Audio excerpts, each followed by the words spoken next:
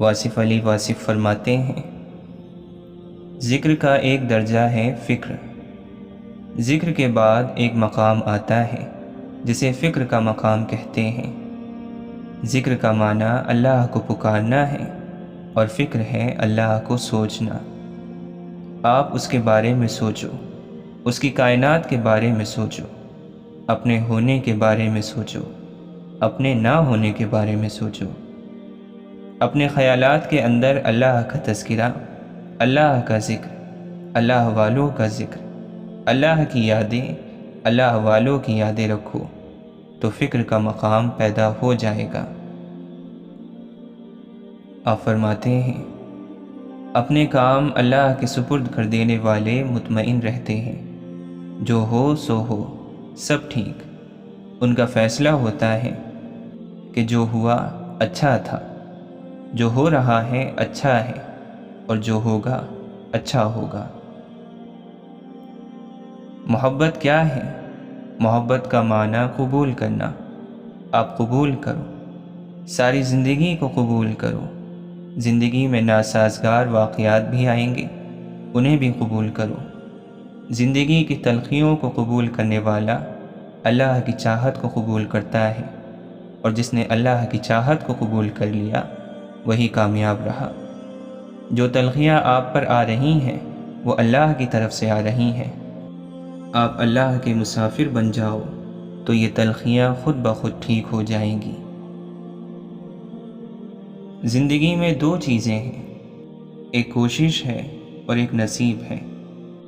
کوشش سے بہت کچھ حاصل ہوتا ہے، لیکن جو بنیادی نصیب ہے یہ دعا کا حصہ ہے، دعا کی تاثیر ہے۔ یہ کوشش سے حاصل نہیں ہوتا۔ کوشش سے آپ کوئی چیز حاصل کر لو گے، لیکن دوسرے شخص کے دل کا آپ کی طرف کھنچنا یہ نصیب کی بات ہے۔ نصیب جو ہے یہ دعا سے بنتا ہے۔ تم نے مکان بنایا اور اس میں رہنے کا وقت نہیں۔ تم نے خوشی حاصل کرنے کے لیے دل بیچ دیا، اب خوشی کیسے محسوس کرو گے؟ تمہارے پاس آسانیاں ہیں لیکن دل ہے ہی نہیں۔ انسان دولت اکٹھی کرتا ہے تاکہ غریبی سے بچ سکے، اور پھر اس دولت کو خرچ نہیں کرتا تاکہ غریب نہ ہو جائے، اور اس طرح دولت کی موجودگی میں غریبی کی زندگی بسر کرتا ہوا آخرکار ہلاک ہو جاتا ہے۔ کسی کتاب کی اس سے زیادہ بے حرمتی کیا ہو سکتی ہے کہ لوگ اسے بغیر سمجھے پڑھتے رہیں۔ اپنے مخالف کو گالیاں دینا اور غیر اخلاقی رویے سے پیش آنا اس بات کا ثبوت ہے کہ آپ اسے دلیل سے شکست نہیں دے سکتے۔ جس شخص نے علم زیادہ حاصل کیا لیکن دنیا سے بے رغبتی زیادہ نہ ہوئی، اسے اللہ سے دوری کے سوا کچھ نہ ملا۔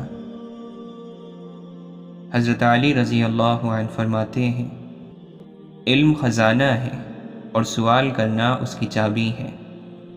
اللہ تم پر رحم فرمائے، سوال کیا کرو، کیونکہ سوال کرنے کی صورت میں 4 لوگوں کو ثواب دیا جاتا ہے، سوال کرنے والے کو، جواب دینے والے کو، سننے والے اور ان سے محبت کرنے والے کو۔ آپ فرماتے ہیں، ان لوگوں میں سے مت ہونا جنہیں نصیحت اسی وقت فائدہ دیتی ہے جب انہیں بہت زیادہ شرمندہ کیا جائے۔ لالچ کی چمک دیکھ کر اکثر عقل مار کھا جاتی ہے۔ اپنی رائے کو کافی سمجھنے والا خطرے میں ہے۔ مشورہ ایسے لوگوں سے کرو جو اللہ سے ڈرتے ہیں۔ بندہ بے صبری کر کے اپنے آپ کو حلال روزی سے محروم کر دیتا ہے، اس کے باوجود اپنے مقدر سے زیادہ حاصل نہیں کر پاتا۔ لوگوں میں جو زیادہ علم والا ہوتا ہے وہ اللہ سے زیادہ ڈرتا ہے، زیادہ عبادت کرتا ہے، اور اللہ کی رضا کے لیے زیادہ نصیحت کرتا ہے۔ مال و اولاد دنیا کی کھیتی ہے اور نیک اعمال آخرت کی۔ اللہ اپنے بہت سے بندوں کو یہ سب عطا فرماتا ہے۔ جو شخص یہ گمان رکھتا ہے کہ نیک اعمال اپنائے بغیر جنت میں داخل ہوگا تو وہ جھوٹی امید کا شکار ہے۔ اللہ کے نبی صلی اللہ علیہ وسلم نے فرمایا، تم مجھے اپنی زبان اور حیا کی ضمانت دو، میں تمہیں جنت کی ضمانت دیتا ہوں۔ اللہ تعالیٰ قرآن مجید میں فرماتا ہے، اللہ تمہیں عذاب دے کر کیا کرے گا اگر تم شکر گزار بندے بنے رہو اور ایمان کی روش پر چلو۔ اللہ بڑا قدردان ہے اور سب کے حال سے واقف ہے۔ حضرت علی رضی اللہ عنہ فرماتے ہیں، جس تکلیف کے بعد جنت ملنے والی ہو وہ تکلیف نہیں، اور جس راحت کا انجام جہنم ہو تو وہ راحت نہیں۔ آپ فرماتے ہیں، اللہ تعالیٰ نے تمہارے ہاتھ میں اپنے خزانوں کے کھولنے والی کنجیاں دے دی ہیں، اس طرح کہ اس کی بارگاہ میں سوال کرنے کا طریقہ بتایا گیا ہے۔ اس طرح جب تم چاہو دعا کے ذریعے اس کے خزانوں کے دروازے کھلوا لو۔ خوش نصیبی ہے اس شخص کے لیے جو اپنے آپ کو کم سمجھتا ہے، جس کا ذریعہ معاش پاکیزہ ہے اور اندرون اس کا پاک ہے اور اخلاق اچھے ہیں۔ جو شخص اللہ کے علاوہ کسی اور سے عزت کا طلبگار ہوتا ہے، اسے وہ عزت ہی برباد کر دیتی ہے۔ شہرت کی چاہت ہر بلا کا سرچشمہ ہے۔ جس کو خاندان والے ضائع کر دیتے ہیں، اس کے ساتھ دور والے احسان کرتے ہیں، اس کے حصے میں دور والے آتے ہیں۔ اللہ کی اطاعت پر استقامت اختیار کرو اور اللہ کی اطاعت کی تلاش کرو، اپنا اجر اللہ سے طلب کرو۔ برے لوگوں کی صحبت سے برائی حاصل ہوتی ہے، جس طرح ہوا جب کسی بدبودار چیز سے گزرتی ہے تو بدبودار ہو جاتی ہے۔ کسی آدمی کی نسبت ایسی بات کی وجہ سے جو اس کے منہ سے بے ساختہ نکل گئی ہے اور اس کا درست اور صحیح مطلب ہو سکتا ہے، بدگمان نہ ہو اور برائی کا خیال نہ کرو۔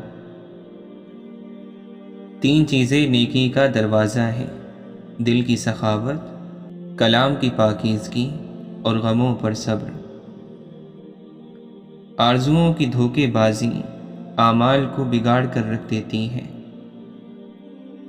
جب تمہارے نفس کے اوپر تمہارا قابو ہو جائے تو عام لوگ تمہارے عدل کی وجہ سے تمہاری طرف راغب ہوں گے۔ جس طرح زمانے کی آنے والی مصیبتوں سے پناہ مانگتے ہو، اسی طرح سرکش بنانے والی عادتوں سے اللہ تعالی سے پناہ مانگو۔ بے وقوفی وطن میں بھی غربت اور مسافرت ہے، کیونکہ کم عقل ذہانت سے کام نہیں لیتا، لہذا حسن سلوک سے محروم رہتا ہے۔ سب سے بری حالت اس شخص کی ہے جو اپنی بدگمانی کی وجہ سے کسی پر بھروسہ نہ کرے اور اس کے برے اثرات کی بنا پر کوئی دوسرا بھی اس پر بھروسہ نہ کرے۔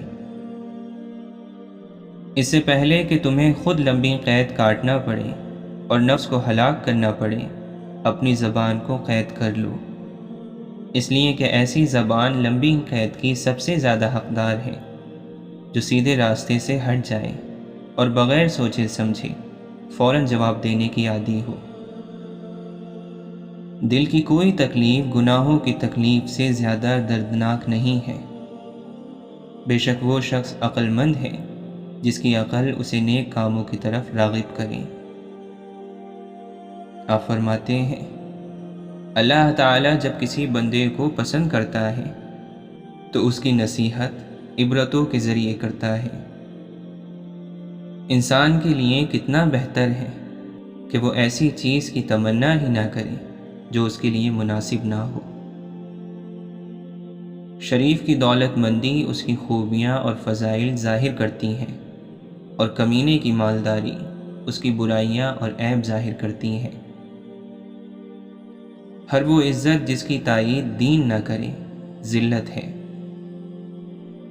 کمزور کا یہی زور چلتا ہے کہ وہ پیٹھ پیچھے برائی کرے۔